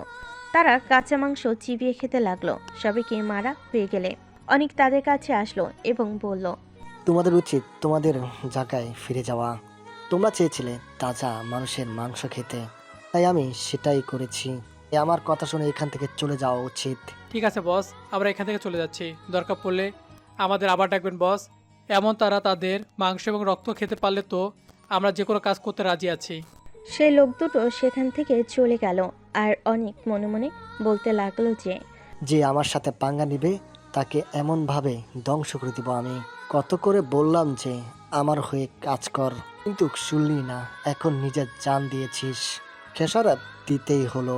কথাটি বলে অনেক একটি সিগারেট বের করে সেটা ধরি টানতে টানতে নিজের গাড়ির ভিতরে গিয়ে বসলো। তারপর সেখান থেকে চলে গেল নিজের বাসার উদ্দেশ্যে। তারপর দেখতে দেখতে 1 সপ্তাহ কেটে গেল। বৃষ্টি এবং তার বান্ধবীরা তারা বিভিন্ন রকমের কথা বলছে এবং নিজেদের মধ্যে আড্ডা দিচ্ছে। হঠাৎ বৃষ্টির বান্ধবী রিমি তাকে জিজ্ঞেস করলো, দোস্ত, আজকাল মনে হচ্ছে তুই একটু বেশিই খুশি। ব্যাপার কি আমাদের বলতো, প্রেমে পড়লি নাকি? আরে হ্যাঁ, তুই ভালো কথা বলছিস। আজকাল বৃষ্টিকে অনেক বিজি পাওয়া যাচ্ছে, তাকে ফোন দিলেই পাওয়াই যাচ্ছে না, সব সময় ফোন ওয়েটিং বলছে। এছাড়া সে আমাদের সাথে আগের মতো আর গ্রুপে আড্ডায় দেয় না। এটা খেয়াল করছিস তোরা? হ্যাঁ, এই বিষয়টা তো আমি খেয়াল করেছি, কিন্তু জিজ্ঞেস করব করব করে আর করাই হয়নি। বৃষ্টি, তুই বল তো ঘটনাটা কি? আসলে তোদের একটা কথা বলা হয়নি, আমি একজনের প্রেমে পড়েছি আর তার সাথে আমি রিলেশনেও আছি। কি রে, কিভাবে কি? আর আমাদেরও বলার প্রয়োজনও মনে করলি না? এই বন্ধু মনে করিস তুই আমাদের? আরে তোদের না বলে কাকে বলবো বল তো? তোদের সাথে তো তেমন দেখাই হয়নি, এই জন্য বলা হয়নি। আর তাছাড়া আজকে তো বললাম আমি। জিজু কি করে? তাকে দেখতে কেমন? এ মনে হয় অনেক বড় লোক। তার পিক দেখা তাড়াতাড়ি। নিজের বান্ধবীর জড়াজড়িতে বৃষ্টির ফোন বের করে তার এবং মাহিমের পিক দেখালো। তার সবাই দেখে তো অবাক হয়ে গেছে, কারণ তারা ভাবতে পারছে না তাকে দেখতে এতটা সুন্দর একজন। আরে দোস্ত, জিজু তো অনেক হ্যান্ডসাম। তোর আগে যদি আমার সাথে দেখা হতো তাহলে আমি জিজুকে পটিয়ে নিতাম। জিজু কি করে আর কোন কোম্পানির মালিক? মাহিম কোনো কোম্পানির মালিক নয়, এক্স গ্রুপ অফ কোম্পানির সাধারণ একজন কর্মচারী। আর তার সাথে আমার কক্সবাজারে গিয়েই দেখা হয়েছে। এরপর থেকে এক এক করে তাদের সব ঘটনা খুলে বলল। তার শুনে তো অবাক হয়ে গেল। মায়া নামের একজন তখন বলল, তোর রুচি এতটা নিচে নেমে গেছে, আমরা তো ভাবতেই পারছি না। তুই হলি নিজে একটা বড় কোম্পানির মালিক, আর সেই তুই কিনা একটা সাধারণ কর্মচারীর প্রেমে পড়লি। টাকা দেখে মানুষকে জাজ করা, এই গুণটা তোর এখনো রয়ে গেল। তুই কবে বুঝতে পারবি যে টাকা পয়সা থেকেও মানুষের মনটা সুস্থ থাকা খুব জরুরি? দেখ বৃষ্টি, আমাকে এত জ্ঞান দিতে হবে না তোকে। তাছাড়া তুই দেখে নিস, আমার যার সাথে বিয়ে হবে সে অনেক বড় লোক হবে। আমি খুব বিন্দাস নিজের লাইফটা পার করে দিতে পারবো। কিন্তু তুই তুই এমন একজনের সাথে প্রেম করিস যাকে তোর নিজের টাকা দিয়ে চালাতে হবে। কখনো স্বাচ্ছন্দ্যে কোনো জায়গায় যেতে পারবি না। দেখ, মাহিমের বিষয় নিয়ে আর কোনো কথা বলবি না। তুই তোর বিষয় নিয়ে ভাব, আর আমার বিষয় নাক গলাতে হবে না। আমি কাকে বিয়ে করব আর কাকে করব না সেটা আমার একান্ত ব্যক্তিগত বিষয়। তাছাড়া তোদের বলাটাই ভুল হয়েছে মাহিমের ব্যাপারে। এটা বলে বৃষ্টি সেখান থেকে চলে গেল। তারপর প্রতিদিনের ন্যায় আজকে মাহিম দেখা করতে এসেছে বৃষ্টির সাথে, কিন্তু বৃষ্টির মুড আজ অন্যরকম। সেটা বৃষ্টির চেহারা দেখে বুঝতে পারছে মাহিম। দেখে মনে হচ্ছে অন্য কিছু ভাবছে। কি হয়েছে, আজ তোমার মুড অফ কেন? তেমন কিচ্ছু না, একটু খারাপ লাগছে এই আর কি। তাহলে আজ দেখা না করলেও পারতে, বাড়িতে রেস্ট নিতে। এমনিতেই আজ ভার্সিটিতে গিয়েছিলে। তো কি হয়েছে, তুমিও তো সারাদিন অফিস করে এসে আমার সাথে দেখা করো, তাই না? পাগলি, তো কি হয়েছে? তোমার সাথে দেখা না করলে আমার একটুও ভালো লাগে না। আমারও তোমার মতো। আচ্ছা, আমরা কবে বিয়ে করছি? খুব তাড়াতাড়ি, যদি তুমি তোমার পরিবারকে ম্যানেজ করতে পারো। আচ্ছা, আমার কাজিন বিদেশ থেকে আসুক। তাছাড়া আমাদের বিজনেস পার্টনারের ছেলে বিদেশ থেকে আসছে, সে এখান থেকেই ঘুরে গেলেই তোমার কথা বাড়িতে জানাবো। তোমার যেটা ভালো মনে হয়, কিন্তু সেই ছেলের সাথে যেন তোমাকে ঘুরতে না দেখি, মনে থাকে যেন। ঠিক আছে জান, মনে থাকবে। আমি তোমার আছি আর তোমারই থাকবো। যদি আমাকে তুমি চিনতে পারো তাহলে কি আর আগের মতো ভালোবাসবে, নাকি আগের মতোই ঘৃণা করবে আমাকে? কথাগুলো মাহিম মনে মনে ভেবে দীর্ঘশ্বাস ফেল। তারা দুজন গল্প করতেছিল আর অন্যদিকে কেউ একজন তাদের এই মুহূর্তগুলো ক্যামেরায় বন্দি করে নিতেছিল। দেখতে দেখতে 1 মাস কেটে গেল। এই 1 মাসে গভীর হয়ে গেছে, একজনকে ছাড়া অন্যজন থাকতে পারে না। মাহিম সবসময় বৃষ্টিকে নিয়ে চিন্তা করতে থাকে, কারণ সেই একটাই পুরনো সেই ঘটনা। কোনোভাবে বৃষ্টিকে এই কথাটি বলতে পারছে না। বৃষ্টি নিজের রুমে বসে মাহিমের সাথে কথা বলতেছিল, এমন সময় হোয়াটসঅ্যাপে অনিকের কল আসলো। মাহিমকে অপেক্ষা করতে বলে ফোন কেটে দিয়ে অনিকের ফোন রিসিভ করলো। কি রে, এতদিন পর কি মনে করে? তুই তো কখনো আমাকে ফোন দিয়ে খোঁজ নিবি না, তাই আমি আজ নিজে থেকে কল দিলাম। তুই সিঙ্গাপুর গিয়েছিস, ভাবলাম ব্যস্ত আছিস কাজ নিয়ে, এই জন্য আর ডিস্টার্ব করি নাই। তাই বলে কি একদিনও কল করা যায় না? সে যাই হোক, আমি আর 2 দিন বাদে বাংলাদেশে ব্যাক করছি। তাই নাকি? সেটা তো খুব ভালো হবে। আমি তোকে কি কি নিয়ে আর কি বলেছিলাম সেগুলো নিয়ে আসছিস তো? হ্যাঁ, তুই যা নিতে বলেছিস সব নিয়েছি। তাছাড়া তোর জন্য একটা সারপ্রাইজ আছে, সেটার জন্য রেডি থাকিস কিন্তু। আমি অলওয়েজ রেডি আছি তোর সারপ্রাইজের জন্য। আচ্ছা, এখন রাখি, একদম বাংলাদেশে গিয়ে কথা হবে তোর সাথে। এটা বলে অনেক ফোন কেটে দিল। বৃষ্টি আবার মাহিমকে কল দিল। কি হলো জান, কি বললো তোমার ভাই? ওই যে সে সিঙ্গাপুরে গিয়েছিল আর 2 দিন বাদে ব্যাক করবে, এই জন্যই ফোন দিয়েছিল। ও আচ্ছা, অনেক রাত হয়েছে এখন, তোমার ঘুমিয়ে পড়া উচিত। ঠিক আছে, তুমিও ঘুমিয়ে পড়ো, বেশি রাত জাগা যেন না হয়। হুম। মাহিম ফোন কেটে দিয়ে আবার ল্যাপটপে কাজ করতে লাগলো। তার সাথে তার 2 বন্ধু আছে। দোস্ত, তুই যার বিষয়ে খোঁজ নিতে বলেছিলি তার ছেলে বাংলাদেশে আসছে 2 দিন বাদে। ও তাই নাকি? বাংলাদেশে আসার পর সব সময় যেন আমাদের লোক তার পিছনে লেগে থাকে, সব সময়ের খবর চায়, কি করে আর কি না করে। ঠিক আছে, কিন্তু আমার মনে হচ্ছে বাংলাদেশে এমনি এমনি আসছে না, সে কিছু তো একটা করতে আসছে সে। তাকে বাংলাদেশে আসতে দেয়, তারপর দেখা যাবে কি করে আর না করে।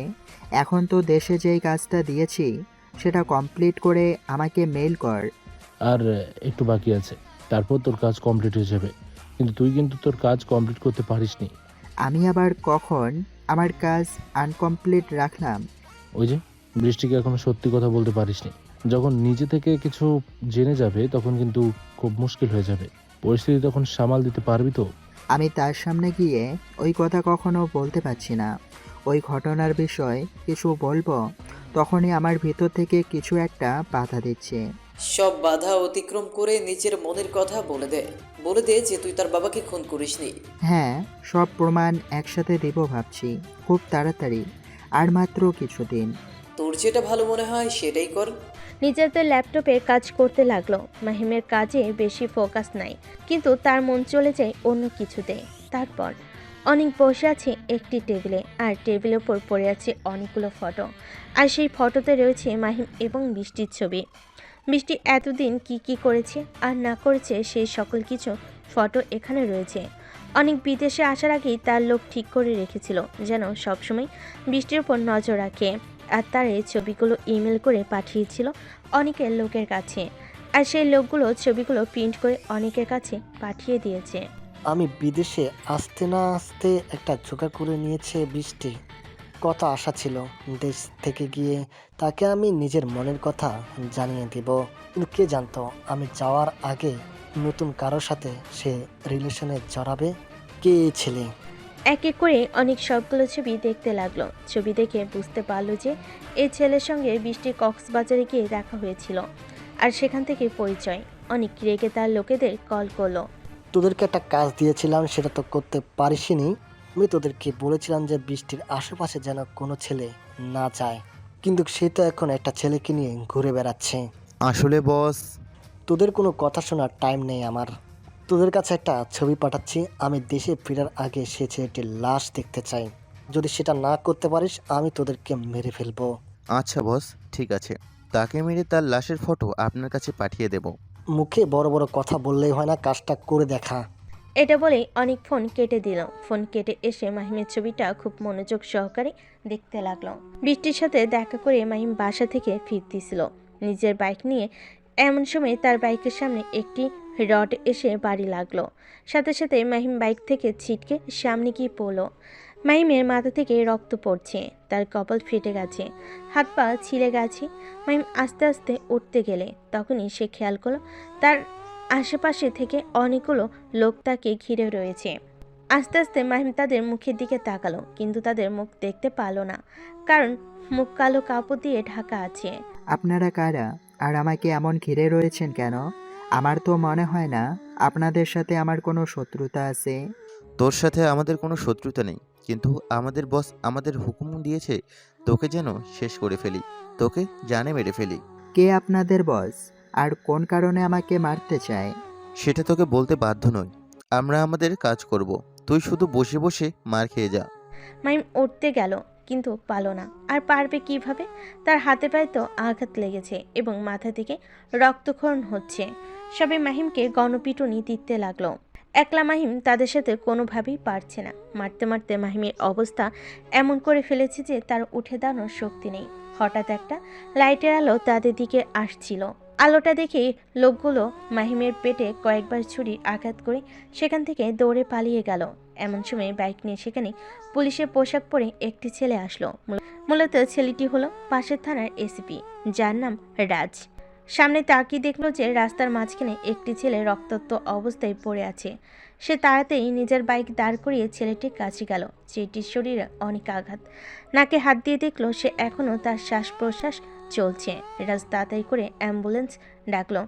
কিছু সময়ের মাঝে সেখানে অ্যাম্বুলেন্স এসে উপস্থিত হলো। তাড়াতাড়ি করে মাহিমকে অ্যাম্বুলেন্সে তুলে হসপিটালের দিকে রওনা দিল।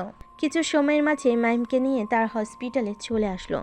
ডাক্তার রাজকে বাইরে দাঁড়াতে বলে মাহিমকে ওটিতে নিয়ে গেল। মাহিমের পকেটে যে ফোন ছিল সেটা রাজের হাতে ছিল। রাজ মাহিমের ফোন থেকে তার বন্ধুদের কল করে জানিয়ে দিল যে হসপিটালে আছে। দুই বন্ধু খোঁজ পেয়ে তাড়াতাড়ি করে হসপিটালে চলে আসলো। স্যার, আমার বন্ধুর কি খবর? সে এখন কেমন আছে? ডাক্তার ওটি থেকে বেরোলে বলা যাবে যে তোমার বন্ধুর কি খবর, কারণ সে অনেক রক্তাক্ত ছিল। কে এটা করেছে আপনি কি কাউকে দেখেছেন? আমি সেখানে আসার আগেই হয়তো খুনিরা সেখান থেকে পালিয়ে গেছে। তারা অনেকেই ছিল, সেজন্য এই অবস্থা মনে হচ্ছে। তাকে অনেক মারধর করেছে, তারপর ছুরি দিয়ে আঘাত করা হয়েছে। প্রায় 2 ঘন্টা পর ডাক্তার বেরিয়ে আসলো। ডাক্তারকে আসা দেখে তারা তিনজনই তাদের কাছে এগিয়ে গেল। ডাক্তার, আমার বন্ধুর এখন কি অবস্থা? সে ঠিক আছে তো? দেখুন, আমরা আমাদের সাধ্যমতো চেষ্টা করেছি। এখন সব কিছু উপরওয়ালার উপর নির্ভর করছে। অনেক রক্তক্ষরণ হয়েছে, আমরা রক্ত দিয়েছি। এখন 48 ঘন্টা না হওয়া পর্যন্ত আমরা কিছু বলতে পারছি না। এই বলে ডাক্তার চলে গেল। আর তারা দুজন বেঞ্চে বসে পড়ল। রাজ কি বলবে বুঝতে পারছে না। তোমরা চিন্তা করো না, সব ঠিক হয়ে যাবে। আল্লাহর উপর ভরসা রাখো, সব ঠিক হয়ে যাবে। আমি এখন আসি, কোনো দরকার হলে আমাকে জানাতে ভুলবে না। যতটুকু পারি সাহায্য করার চেষ্টা করব। এটা বলে রাস্তার নাম্বার দিল হাবিবের কাছে। হাবিব নাম্বার নিয়ে রেখে দিল। তার কোনো ক্ষতি হয়নি তো? স্যার, একটা সাহায্য করেন। আর সেটা হলো কে মাহিমকে মারার চেষ্টা করেছে তাকে খুঁজে বের করার চেষ্টা করেন। আচ্ছা ঠিক আছে, আমি খুঁজে বের করছি, তোমরা তাহলে থাকো। রাজ হসপিটাল থেকে বের হয়ে চলে গেল। আর মারুফ হাবিব সেখানে বসে রইল। একজন নার্স এসে তাদের হাতে প্রেসক্রিপশন দিল আর ওষুধগুলো বাইরে থেকে আনতে বলল। মারুফ সেটা নিয়ে বাইরে চলে গেল ওষুধ আনতে। অন্যদিকে বৃষ্টি অনেক সময় ধরে নিজের ফোন নিয়ে বসে আছে যে কখন মাহিম বাসায় পৌঁছাবে আর তাকে ফোন করবে। অন্যদিন খুব তাড়াতাড়ি ফোন করে, কিন্তু আজ অনেক সময় চলে গেল মাহিমের ফোন আসলো না। মাহিম বাইক চালিয়ে বাসায় যায় বলে সে নিজেও ফোন করতে পারছে না। হঠাৎ বৃষ্টি মাহিমের বন্ধুর কথা মনে পড়ে গেল। সাথে সাথে সে হাবিবের কাছে ফোন দিল। হাবিব বসেছিল, তখনই বৃষ্টির ফোন কল দেখি সে ভাবতে লাগলো যে ফোন ধরে কি বলবে, তবুও কাঁপা কাঁপা হাতে ফোন ধরলো। তোমার ফোন ধরতে এত সময় লাগে কেন? আচ্ছা যাই হোক, মাহিম কোথায়? আজ বাসায় গিয়ে আমাকে ফোন করেনি কেন? আসলে বৃষ্টি, তোমাকে যে এই কথা কিভাবে বলবো বুঝতে পারছি না। কি হয়েছে? মাহিম ঠিক আছে তো? তার কিছু হয়নি তো? মাহিমকে কারা যেন মারার চেষ্টা করেছে, আর এখন সে হাসপাতালে আছে। কি? মাহিম ঠিক আছে তো? আমি এক্ষুনি আসছি। হাবিবকে কিছু বলতে না দিয়ে বৃষ্টি তার মুখের পর কল কেটে দিল এবং দ্রুত বাড়ি থেকে বেরিয়ে পড়ল। বস, আপনার কাজ শেষ করেছি। শালাকে রাস্তায় ফেলে এসেছি, মনে হয় আর বেঁচে নেই। ছুরি দিয়ে যত আঘাত করেছি। ভালো করছিস, তোকে যে ছবি দিতে বলেছি সেটা তো করিসনি। আসলে বস, হঠাৎ সেখানে কেউ বাইক নিয়ে চলে এসেছিল, এই জন্যই আর ছবি তুলতে পারিনি। আচ্ছা ঠিক আছে, তোরা যখন কাজটা করেই ফেলেছিস তাহলে আমি দেশে এসে তোদের জন্য পার্টির ব্যবস্থা করব। ওকে বস। অনেক ফোন কেটে দিয়ে ড্রিঙ্কস করতে লাগলো মনে সুখে আর হাসতে লাগলো, কারণ তার পথের কাঁটা সরে গেছে তাই। তারপর অনেক রাত হয়েছে, কিন্তু তবুও বৃষ্টি নিজের বাসা থেকে বেরিয়ে পড়লো গাড়ি নিয়ে। আধা ঘন্টা পর বৃষ্টি হাবিবের দেওয়া হসপিটালে চলে আসলো। কোনোরকম গাড়ি দাঁড় করিয়ে ছুটতে ছুটতে হসপিটালের ভিতর প্রবেশ করলো। দৌড়তে দৌড়তে রিসেপশনে গেল। এই যে কয়েক ঘন্টার আগে একজনকে রক্তাক্ত অবস্থায় নিয়ে আসা হয়েছে, সে এখন কোথায় আছে আমাকে বলতে পারবেন একটু? রিসেপশনে যে ছিল সে বৃষ্টিকে দেখিয়ে দিল যে কোথায় যেতে হবে। বৃষ্টি আর কোনো কথা না বলে তাড়াতাড়ি করে সেদিকে যেতে লাগলো। গিয়ে দেখতে পেল যে বেঞ্চের উপর মারুফ আর হাবিব বসে আছে। সে দৌড়ে তাদের কাছে আসলো। এসব কিভাবে হলো আর আমাকে আগে জানাওনি কেন? এত এত চিন্তার মাঝে তোমার কথা আমাদের মনেই ছিল না। মাহিম এখন কেমন আছে আর তার কি অবস্থা? জ্ঞান ফেরে না পর্যন্ত কিছু বলা যাচ্ছে না, ডাক্তার তো এসে দেখে যাচ্ছে। আমি কি একবার তার সাথে দেখা করতে পারি? না, ডাক্তার তার রুমে যেতে নিষেধ করেছে। বৃষ্টি কান্না করছে, তাকে কান্না থামানোর মতো কেউ নেই। হাবিব এবং মারুফ দুজনেই তাকে সান্ত্বনা দেওয়ার চেষ্টা করছে, কিন্তু বৃষ্টি কোনোভাবেই শান্ত হচ্ছে না। তুমি কান্না করো না, সবকিছু ঠিক হয়ে যাবে। এখন তোমার বাসায় চলে যাওয়া উচিত আমার। তো এখানে আছি, কোনো আপডেট খবর হলে তোমাকে জানিয়ে দেবো। তোমাদের উপর আর কোনো ভরসা নেই? এত বড় ঘটনা ঘটে গেল আর আমাকে তাড়াতাড়ি জানানোর প্রয়োজন মনে করনি তোমরা? আরে ভাবি, এত টেনশনের ভেতরে তোমার কথা মনেই নেই। এখন কিছু হলে তোমাকে জানিয়ে দেবো। এখন তুমি বাসায় যাও, এখানে তোমার জন্য সেভ না। বাসার লোক জানতে পারলে বিপদ হয়ে যাবে। তারা দুজন অনেকভাবে বুঝালো। অবশেষে বৃষ্টি বাড়ি ফিরতে রাজি হলো। বাইরে থেকে মাহিমকে একবার দেখে সে সেখান থেকে চলে গেল। পরদিন সকালে মারুফ এবং হাবিব মাহিমের পাশে বসেছিল। এমন সময় মাহিমের চোখ নড়ে উঠল। আস্তে আস্তে সে তাকালো। মাহিমকে তাকাতে দেখে তো তারা দুজন খুশি হয়ে গিয়ে দ্রুত ডাক্তার ডেকে নিয়ে আসলো। ডাক্তার এসে মাহিমকে চেক করে তার বন্ধুদের দিকে তাকিয়ে হাসি মুখে বলল, আর কোনো সমস্যা নেই, তিনি একদম সুস্থ আছে, কয়েকদিন রেস্ট নিলে সেরে যাবে এবং তার কাটা দাগগুলো শুকিয়ে যাওয়ার না পর্যন্ত কোনো কাজ করা উচিত নয়, প্রেসার নেওয়া দরকার নেই। কথাটি বলে ডাক্তার এখান থেকে বেরিয়ে গেল। তারা দুজন হাসি মুখে মাহিমের কাছে গিয়ে বসলো। হঠাৎ সেখানে বৃষ্টি প্রবেশ করলো। তার হাতে একটা টিফিন বাটি, সেটা রেখে মাহিমের পাশে বসলো। ভাবি, আপনি এত সকালে? মাহিমকে এভাবে রেখে আমি কিভাবে বাসায় বসে থাকতে পারি বলো? তাছাড়া তোমরা রাতে কি কিছু খেয়েছো কিনা, এই জন্যই আমি সকালে ঘুম থেকে উঠে রান্না করে নিয়ে এসেছি। তাছাড়া মাহিমকেও কিছু খাওয়ানো উচিত। আরে না না ভাবে, কিছু খাওয়ানো যাবে না এখন। তাকে ডাক্তার ইনজেকশন দিয়েছে, যেটাই সে একদিন না খেলেও চলবে। এখন থেকে ভারী খাবার খাওয়ানো যাবে না। ও আচ্ছা, আমি এত কষ্ট করে রান্না করে নিয়ে আসলাম, তাহলে কি আর করার, না খেলে? আর ভাবি, কষ্ট করে রান্না করে নিয়ে এসেছেন তো কি হয়েছে, কোনো ব্যাপার না, আমরা দুজন তো আছি। কি বলিস মারু? হাবিব একদম ঠিক বলেছে। আমি মাহিমের পাশে বসছি, আর তোমরা দুজন ফ্রেশ হয়ে এসো, আমি খাবার বেড়ে রাখছি। হাবিব এবং মারুফ ফ্রেশ হতে চলে গেল। মিষ্টি খাবার বাড়তে লাগলো। খাবার বেড়ে পাশে রাখলো এবং সে পাশে বসে একইভাবে তাকিয়ে রইল মাহিমের দিকে। এমন সময় পুলিশ অফিসার রাজ প্রবেশ করলো। প্রবেশ করে তো রাজ অবাক হয়ে গেল, কারণ পাশে একজন মেয়ে বসে আছে। সরি, আমি মনে হয় ভুল সময়ে চলে এসেছি। আপনারা কথা বলেন, আমি বাইরে বসি। কারোর কথা শুনে বৃষ্টি দরজার দিকে তাকালো এবং দেখতে পেল যে পুলিশের পোশাক পরে একজন দাঁড়িয়ে আছে।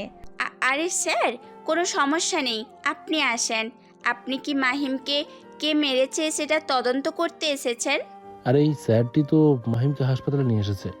ও আচ্ছা, ভিতরে আসেন স্যার। এখন মাহিম কেমন আছে? ডাক্তার কি বলছে? মাহিম এখন সুস্থ আছে এবং ডাক্তার তাকে রেস্ট নিতে বলেছে। আমি কি মাহিমের সাথে একটু কথা বলতে পারি? রাজ মাহিমের পাশে বসলো এবং তাকে বিভিন্ন রকম প্রশ্ন করতে লাগলো। যদি হ্যাঁ উত্তর হয় তাহলে মাহিম দুবার চোখ নাড়ছে, আর যেটা না হচ্ছে সেটা একবার চোখ নাড়ছে। তুমি কি সেই লোকদের চেনো যারা তোমাকে মারতে এসেছিল? রাজের এই প্রশ্ন শুনে মাহিম একবার চোখ নাড়ল, তার মানে সে তাদের চেনে না। হঠাৎ সেখানে ডাক্তার আসলো এবং এসে রাজকে বলল, এটা আপনি কি করেছেন? রোগী অনেকটাই অসুস্থ আর আপনি তার সাথে একের পর এক কথা বলে যাচ্ছেন। আমরা রোগীর সাথে একদম এমন ব্যবহার করা যাবে না।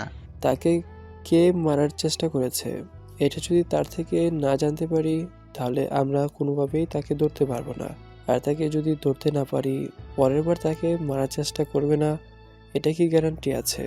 তাহলে আপনারা বাইরে সিকিউরিটি গার্ডেন, তবু আমার পেশেন্টকে কোনো ডিস্টার্ব করা যাবে না। মাহিমকে দেখে ডাক্তার সেখান থেকে চলে গেল। রাজ কিছু সময় সেখান থেকে নিজের ডিউটিতে চলে গেল। পরের দিন আমেরিকা থেকে সিঙ্গাপুর এবং সিঙ্গাপুর থেকে বাংলাদেশে আসে একটি এয়ারপ্লেন শাহজালাল বিমানবন্দরে এসে নামলো। কিছু সময় পর এক এক করে সবাই বের হতে লাগলো।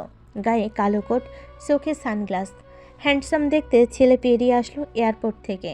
সে বাইরে পা রাখতেই এয়ারপোর্ট থেকে কিছুটা দূরে হঠাৎ ব্লাস্ট হলো। সাথে সাথে 2-3টা গাড়ি উপরে উঠে গেল এবং ধপ করে নিচে পড়লো। ব্লাস্টের শব্দ শুনে সবাই এদিক ওদিক ছোটাছুটি করতে লাগলো আর চিৎকার চেঁচামেচি করতে লাগলো। এসব দেখে সেই ছেলেটির মুখে হাসি ফুটে উঠল। কি ব্রো, এখানে দাঁড়িয়ে আছো কেন? ওদিকে যে ব্লাস্ট হয়েছে, তুমি না গিয়ে এখানে দাঁড়িয়ে আছো যে? একটি ছেলে এসে এই হ্যান্ডসাম ছেলেটিকে এই কথাটি বলল। তার কথা শুনে হ্যান্ডসাম ছেলেটি তাকে বলল, আসলে আমাকে নিতে আসার জন্য একটি গাড়ি আসার কথা ছিল, কিন্তু সেটা হয়তো আসতে পারছে না ওই বাস্টের জন্য, কারণ ওইদিকে যে ভিড় হয়ে যায়। কোথায় যাবেন আপনি? আমি বিজনেসম্যান সামাদ চৌধুরীর বাসায় যাব। ও তাই নাকি, চলুন আপনাকে এগিয়ে দেই, আমিও সেখানে যাব। আপনি কি তাদের কোনো আত্মীয় হন? আরে আমি তাদের আত্মীয় হব কেন, আমি তাদের একমাত্র ছেলে অনিক। আর আপনি কি? হাই অনিক, আমি হলাম নিলয় চৌধুরী। হ্যাঁ, এবার চিনতে পেরেছি। বাবা বলেছিল যে আমেরিকা থেকে একজন আসবে বাংলাদেশে, তাহলে তুমি সে? তাহলে চলো যাওয়া যাক, কিন্তু তোমার গাড়ি কোথায়? এই তো সামনে। তারা একটু হেঁটে যেতেই পরপর কয়েকটা গাড়ি এসে থামলো তাদের সামনে। গাড়ি থেকে ড্রাইভার বেরিয়ে আসলো এবং ব্যাগগুলো গাড়িতে তুলে নিল এবং তাদের দুজনকে গাড়িতে বসতে বলল। গাড়িতে বসে পড়ল ড্রাইভার। গাড়িগুলো যেতে লাগলো সামাদ সাহেবের বাড়িতে। দুজন একে অপরের সাথে কথা বলছে। এটা ভালো হয়েছে যে তোমার সাথে দেখা হয়ে গেল, না হলে আমার যে কত সময় এখানে বসে থাকা লাগবে সেটা ঠিক নেই। আরে সব কিছু নিয়েতে কার সাথে দেখা হয়ে যাবে সেটা বলা মুশকিল। দুজনের কিছু সময়ের মাঝে ভালো সম্পর্ক হয়ে গেল। তার দুজন এসে সামাদের বাসার সামনে চলে আসলো। তারপর অনিক আর নিলয় মিলে সামাদের বাসে প্রবেশ করলো। তাদের দুজনকে দেখে সামাদ এগিয়ে আসলো।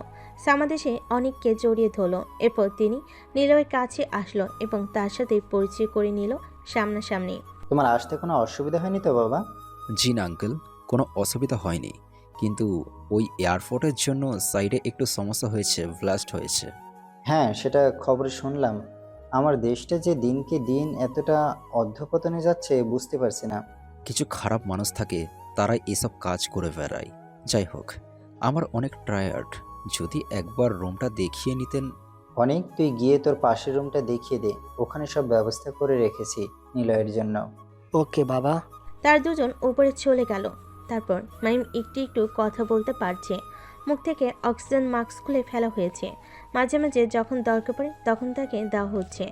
মাহিমের পাশে বৃষ্টি বসে আছে এবং তার মাথায় হাত দিয়ে চুল নেড়ে দিচ্ছে। আমি বুঝতে পারছি না যে তোমার সাথে কার শত্রুতা হলো, যে জানে মারতে চাইছে তোমাকে। আমিও তো সেটা বুঝতে পারছি না। আমার জানা মতে কারোর সাথে শত্রুতা নেই আমার, তবুও কেন যে আমাকে মারতে চাইছে আমি বুঝতে পারছি না। তুমি এরপর থেকে আর একলা একলা বাইরে বের হবে না, মনে থাকে যেন। আমি যদি বাড়ির বাইরে বের না হই তাহলে তোমার সাথে দেখা করব কিভাবে? আমি নিজেই তোমার সাথে দেখা করতে আসবো, তবুও তোমাকে বের হতে হবে না। আচ্ছা জান, তুমি এখন রেস্ট নাও, আমি বাসায় যাই। আজকে আবার আমাদের বাসায় মেহমান আসার কথা ছিল, তাছাড়া অনেকও আসবে।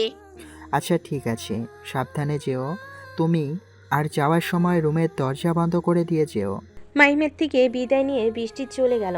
বৃষ্টি চলে যাওয়ার সাথে সাথে মাহিম বিছানা থেকে উঠে বসলো খুব কষ্ট করে। তারপর সে মুচকি হাসলো, কিন্তু কি জন হাসলো সেটা অজানা হয়ে গেল। বৃষ্টি বাড়িতে এসে সোজা অনেকের রুমে চলে যায়। রুম হালকা চাপানো ছিল, তাই গিয়ে সোজা রুমে ঢুকে পড়ল। সামনে কাউকে দাঁড়িয়ে থাকতে দেখে বৃষ্টি তাকে অনেক ভেবে ধাক্কা মেরে বিছানায় ফেলে দিল এবং সে চিল্লিয়ে বলে উঠল, কি রে, এসে এমন সগের মতো দাঁড়িয়েছিলি কেন? হুম, আমার জন্য কি নিয়ে এসেছিস? হঠাৎ ওয়াশরুম থেকে অনেক বেরিয়ে আসলো। অনেককে ওয়াশরুম থেকে বেরিয়ে আসতে দেখে বৃষ্টি আবার পিছনের দিকে তাকালো। সে কাকে ধাক্কা মেরেছে এটা ভাবতে সে একটু অবাক হয়ে গেল।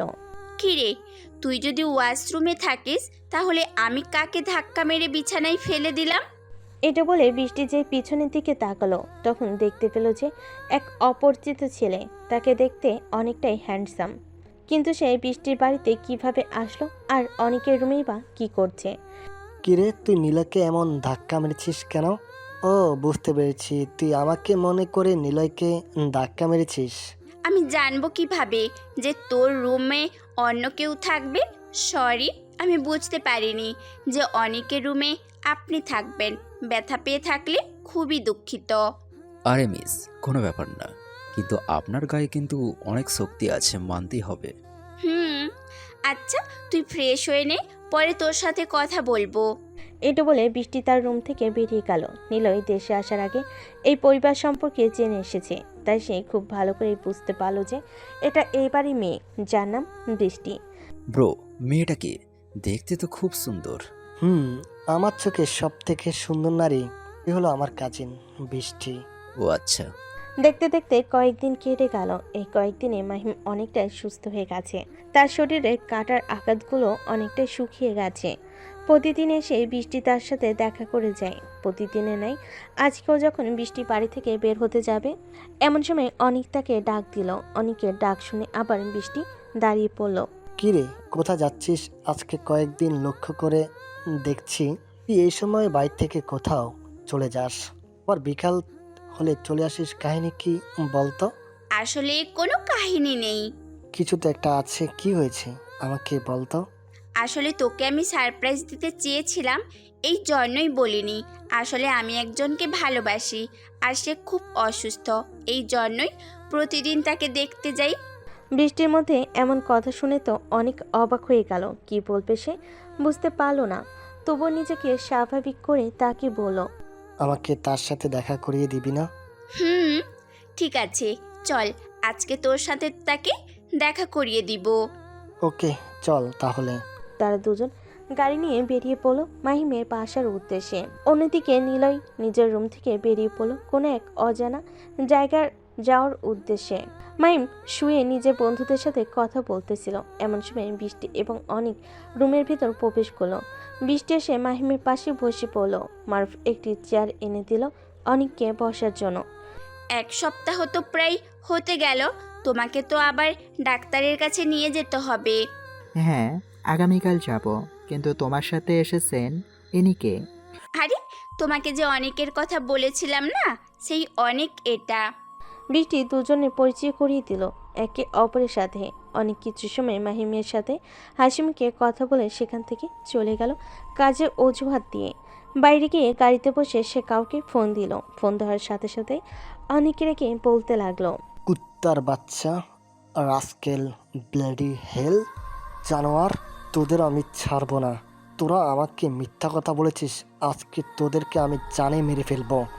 নিজের বসের এমন রাগের কথা শুনে তারা সবাই তো ভরকে গেল। হঠাৎ তাদের বস এমন রেগে গেল কেন, এটা তারা বুঝতে পারছে না। তবুও সেই লোকটি তোতলাতে তোতলাতে জিজ্ঞেস করলো, বস, কি হয়েছে আপনার? এত রেগে আছেন কেন? আর আমরা কি এমন ভুল করেছি যে আপনি আমাদের মারতে চাইছেন? কি ভুল করিসনি সেটা বল। তোদেরকে একজনকে মারতে বলেছিলাম আর তোরা তাকে ঠিক মতো মারতে পারিসনি। এ শালা এখনো বেঁচে আছে। তোরা কিভাবে মেরেছিস যে এখনো বেঁচে আছে? বস, আমরা তাকে অনেক মেরেছি, ছুরি দিয়েও আঘাত করেছি, তবুও যদি না মরে তাহলে আমরা কি করব? আর আপনি তো জানেন সেদিন কে হঠাৎ করে চলে এসেছিল, এর জন্যই আমরা ঠিকমতো মারতেই পারিনি হয়তো, কিন্তু যতগুলো শরীরে আঘাত করেছি সেটা তার মরে যাওয়ার কথাই ছিল। তাহলে এখনো বেঁচে আছে কিভাবে? তোরা কিভাবে মেরেছিস তাকে? চিল্লিয়ে কথাগুলো বলল অনেক। অনেক গাড়ি ড্রাইভিং করে কোথাও একটা যাচ্ছে এবং তাদের সাথে কথা বলছে। তোরা যেখানে থাকিস না কেন আমার আস্তানায় এসে দেখা কর তাড়াতাড়ি। আমি 1 ঘন্টার মধ্যে তোদের সবাইকে আমার মাঝে দেখতে চাই। আচ্ছা ঠিক আছে বস, আপনি চলে আসুন, আমরা সেখানেই আছি। তাদের সাথে কথা বলতে বলতে অনেক ফোন কেটে দিল এবং দ্রুত বেগে নিজের আস্তানার দিকে যেতে লাগলো। অন্যদিকে তো অনেক ওর লোকগুলো অনেক ভয় পেয়ে আছে।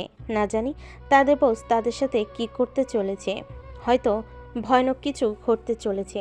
তারপর নিলয় এসেছে শহর থেকে একটু দূরে, যেখানে সাধারণ মানুষজন যাওয়া আসা করে না। সেখানে এসেছে নিলয় একটি গোডাউনের ভিতর প্রবেশ করলো। সাধারণত এই গোডাউন পরিত্যক্ত, কিন্তু গুন্ডাদের জন্য এটা উন্মুক্ত। নিলয় সেই গোডাউনে যাওয়ার সাথে সাথে তাকে 4-5টা লোক ঘিরে ধরল, যাদের হাতে ছুরি এবং রামদা ছিল। কে তুই, আর এখানে কি করতে এসেছিস?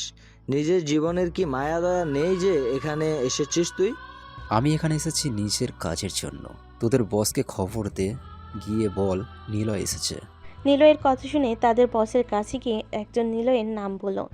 নিলয়ের নাম শুনে সাথে সাথে বস তার রুম থেকে বেরিয়ে আসলো। বস এসে নিলয়কে দেখে তার লোকেদের কাছ থেকে সরে যেতে বলল। আরে তোর স্যারের জন্য কিছু খাবার ব্যবস্থা কর। সেটার দরকার হবে না, আমি তোর সাথে দেখা করতে এসেছি কাজের জন্য। হ্যাঁ স্যার, বলুন কি কাজ করতে হবে? আপনার জন্য অনেক দিন থেকে এখানে অপেক্ষা করছি, শুধু আপনার আসার অপেক্ষায় ছিলাম। এখন তাড়াতাড়ি বলুন কি কাজ করতে হবে, এখন হাতের ভেতরে নিষ্পিস করছে। তোকে ঢাকা শহরের ভিতরে কয়েক জায়গায় বোম ব্লাস্ট করতে হবে, আর এর জন্য তুই টাকা পাবি অনেক। ঠিক আছে বস, কাজ হয়ে যাবে, কিন্তু আমাদের টাকাটা এখনো পরিশোধ করে দিলে ভালো হয়। আচ্ছা। নিজের পকেট থেকে চেক বের করে এবং সেখানে স্বাক্ষর করে দিল। তারপর সে বসের দিকে বাড়িয়ে দিল। নিজেদের ইচ্ছা মতন টাকার সংখ্যা বসিয়ে নিস, কিন্তু আমার কাজ যেন হয়ে যায়। যদি কাজ না হয় তাহলে তোদের খবর আছে বলে দিলাম। এই ভরসা রাখতে পারেন, এয়ারপোর্টের বাইরে তো দেখেছেন তার নমুনা। আমরা কোনো কাজ বুঝিয়ে রাখি না, খুব তাড়াতাড়ি করে ফেলি।